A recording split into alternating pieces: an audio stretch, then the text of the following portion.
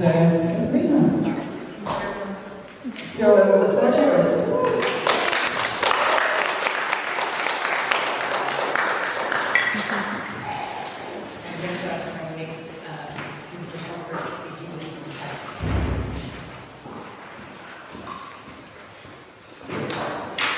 We are now in a specific place. And I want to begin by staying in this place. I now ask you to read a story that it was about. It could be different from the one that your neighbor has, but none of this text is an explanation or a case study. It is an example that I would like you to keep in mind following my presentation.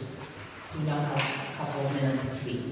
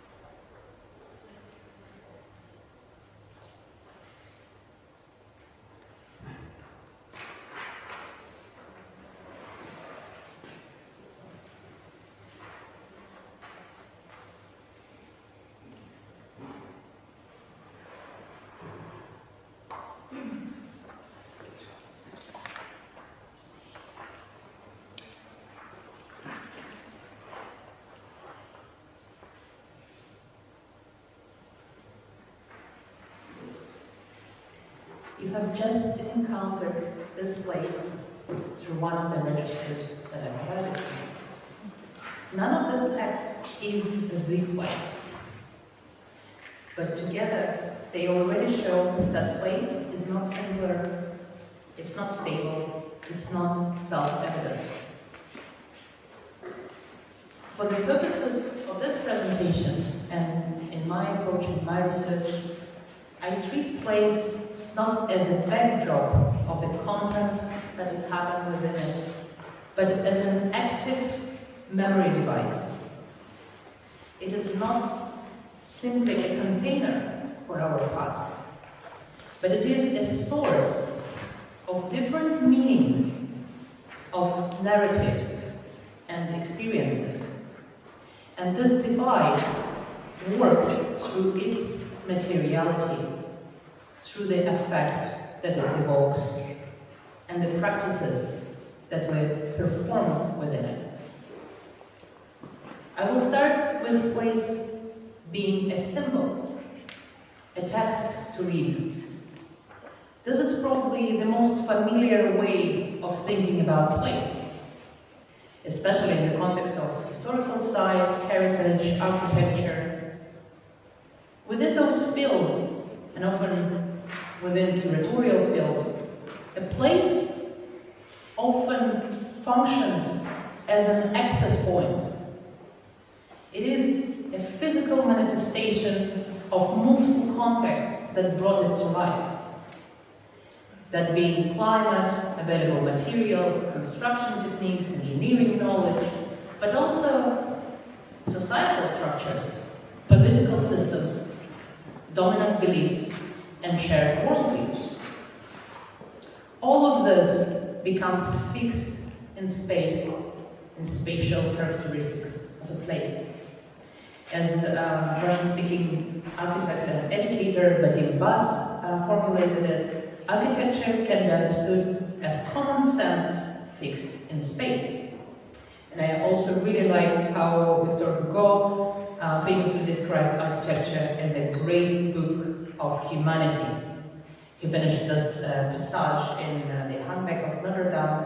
Each tradition was sealed with a monument. From this perspective of place being a symbol or text, place operates as evidence. It indexes and traces historical processes. But that does not make a place neutral. Throughout the second half of the 20th century, critical theory strongly challenged the idea of space being a passive container. And French sociologist Henri Lefebvre, without whom this conversation cannot be complete, argued that space is produced. It is shaped by modes of production and social relations.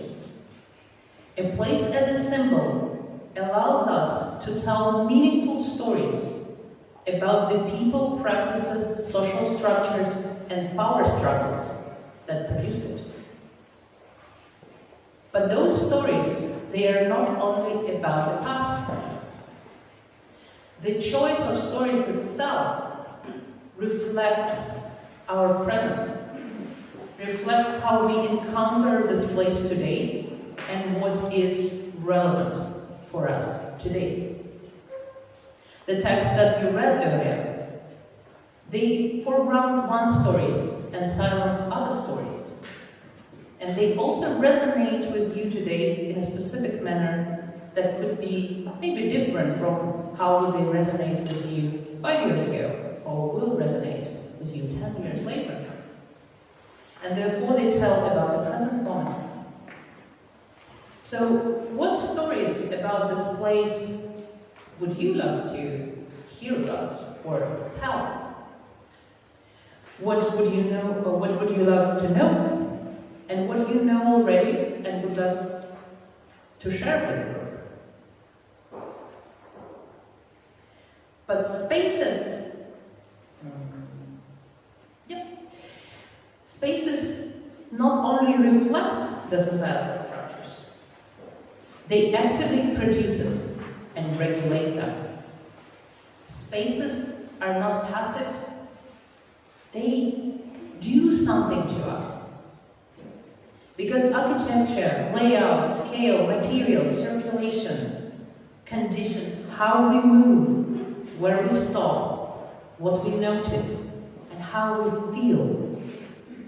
And therefore we encounter places through our bodies, through movement, orientation, proximity, light, sound, and textures.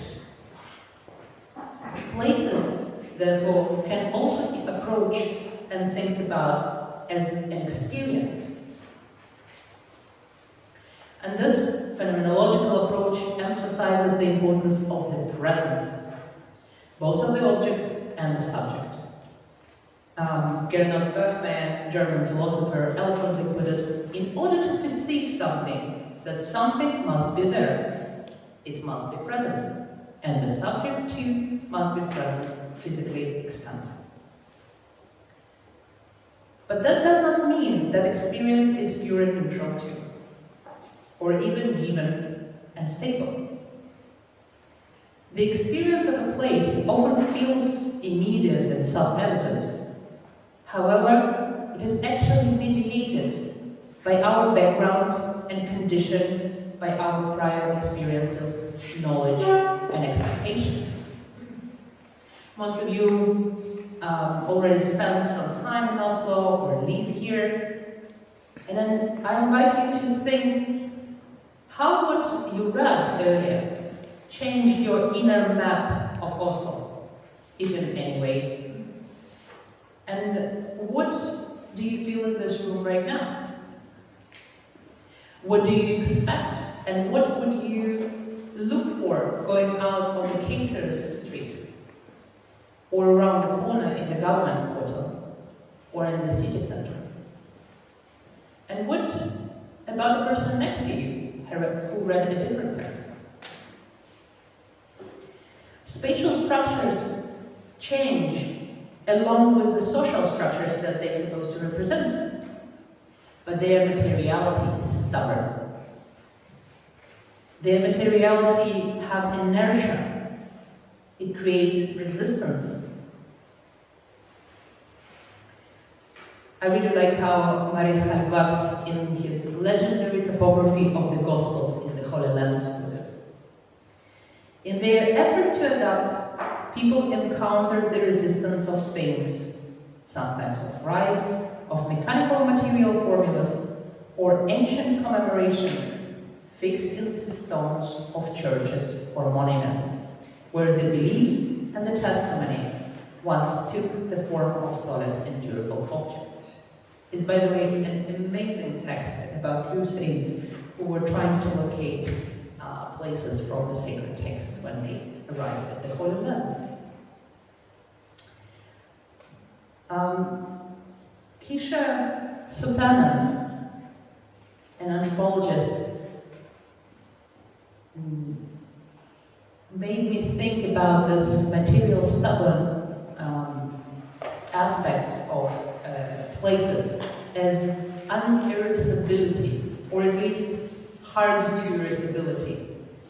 She said in her article, "I share my journey from being haunted by my own history to using archaeology to haunt the present and the future." And so far, I have spoken about places as something that can be read and something that can be experienced. But neither meaning nor experience are immanent property of a place, bound to its materiality. A place is not historical simply because it is old. It is historical because we treat it as historical. A sacred place is not sacred if no one performs sacred rituals there. And the memorial does not fulfill its function of remembering if no one comes to remember. That is a nice bridge to what Morten said about artistic, collective, and activist practices that made rave and queer rave. So we endow places with significance. We introduce places to the collective memory. And we do this through rituals and practices. These practices may be formal or informal, institutionalized or spontaneous. But their point is not to be instrumental. The classic of the sociology, Emil Durkheim, said that the role of the ritual is to produce and sustain shared ideas, sentiments, and forms of belonging. And here I quote Richard Hersnick, who also formulated quite eloquently, "Participating in these institutions and practices enables us to express who we are, which often has a strong affective relevancy to the person, creating a sense of belonging." American historian Jay Winter wrote the book Sites of Memory, Sites of Mourning. It is a brilliant account on this connection between practices and the places, practices of mourning and the memorials of the Great War across Europe. He claims that those memorials were a site of commemoration, but they also were places where grief was processed collectively. Rituals such as reading names, touching inscriptions, and of course returning year after year helped people to find meaning in this war, to mourn, to forget, and then to move on. And that made those monuments, those memorials, significant, that made them part of the collective memory and collective identity. I think even better formulas we can find in the field of anthropology. April Piso, a person whose YouTube course I highly recommend to everyone. The cemetery tells us more about the people who buried them who buried their dead than it does about those who died. This is partially because people don't bury themselves. The reading you did at the beginning was also a practice. Reading a text about a place. What could be less prosaic, more prosaic, more prosaic. What could be more prosaic for a room full of curators? But it is a small ritual. It is an act of meaning attribution. And we know that none of those texts reveal the true meaning of the place. But this ritual activates past for us. And I have a rhetorical question for you.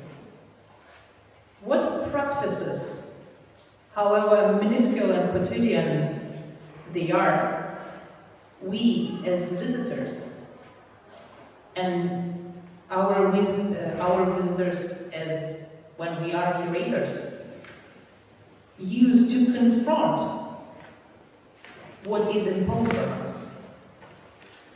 So there are two types of rituals. Those the power structures introduce and those that people use to confront what is imposed on them. When we remember through place, being that by telling stories, experiencing its spatial characteristic, or using it for our collective rituals, as a group of society, we remember, but at the same time, we forget. Because remembering is always selective. When telling one story, we silence other. Place always privilege certain experience, certain bodies and perspectives, and excluding others. Rituals often compete. Some are maintained, repeated, and institutionalized. Others are marginalized, suppressed, or made impossible. It is a limit, it is a constraint, but I would love you to also think about it as a condition of possibility. Because if remembering and forgetting are part of the same memory mechanism, then memory also holds the potential to remember differently, to complicate the past by telling stories that were never previously told, to reprogram experience and to introduce new practice and rituals. I think Sophie gave us a great example of how it could be done. So a place as a memory device is constructed and relational. It is made. And yes, it is not neutral. What you experienced by reading those texts in the beginning, it was deliberately framed. It was selected by me, it was time, it was mediation, and it was an act of power. And curatorial is exactly that. It's not simply preserving places. Curatorial produces the conditions under which certain stories can be told, certain experienced, and memories remembered. So I would like to introduce the very final approach, curatorial approach to the place. And it is treating a place as a memory device itself. This approach means revealing the mechanism of collective memory. It means give up neutrality, admit and expose framing, selection, and authorship. And exposing, embracing the constructed and relational nature of a place means to lose control and to allow the very same place to be many things, to allow place be made by us as curators and by us as visitors. Thank you very much.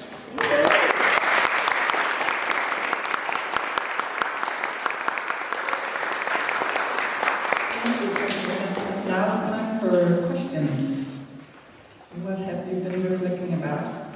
Jakob. Thanks a lot. Another great presentation.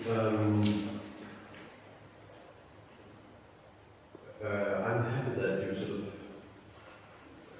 mentioned the word curating and curatorial at the very end, but it was sort of left out for a very long time. So I thought that I was going to ask you about how does the curatorial mediation comes in, how does that come into the equation? But I think you sort of pointed to it towards the end. So I would pose another question then. In your synopsis, the notion of authenticity is quite important, but not here. It was in some of your references, so it was overwhelming the amount of research that you've been through. But I'm sort of where does the sort of curatorial effort, where does that set in relation to authenticity? And it's because how come we didn't mention authenticity in your presentation? I could ask because maybe you left it out on purpose, or maybe you just sort of I don't know. That was on purpose. Sorry? Yes, that was on purpose. That wasn't purpose, because I was curious about sort of where do you see the sort of curatorial work setting in here, but maybe you don't have to answer about the authenticity question. But I'm still curious about why is authenticity important? Thank you very much. So those different approaches to place is exactly the one that curators can employ. And I don't think it would be relevant for any other specialists because most of the people who are working with places, spaces and sites, being thus archaeologists, designers, historians, they can exist in the world of their peers and not encountering audiences. They can produce their knowledge and moving science forward in their field, surrounded by their peers. And in this field, it is already established that history is not one thing, that it is constantly changing, that it is constructed. Every scientific knowledge is just a theory that is explaining the most currently, but it is changing. And you basically invite your peers to falsify your theory. However, when we work as curators, we quite often are not challenged in the narratives that we produce by those who are the recipients of those narratives. And that's why I think it is exactly for us to understand how the place is constructed. And places, they are ubiquitous in our work. So those three aspects, and there's this meta level of exposing a place as a memory device, is what curators, I don't assume should, but in the purposes of the academic, I would say, can use in their work with places. And I left behind the authenticity concept because it's just another word for this production of a place. And I thought that because I'm already introducing so many different concepts, I would leave this behind.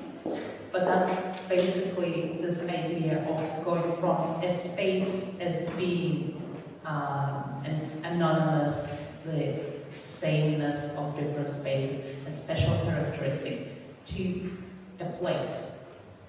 And that's authenticity. It could be understood as object related, as experience related, but that's how in current research in touristic field, in touristic heritage and heritage management, it is understood.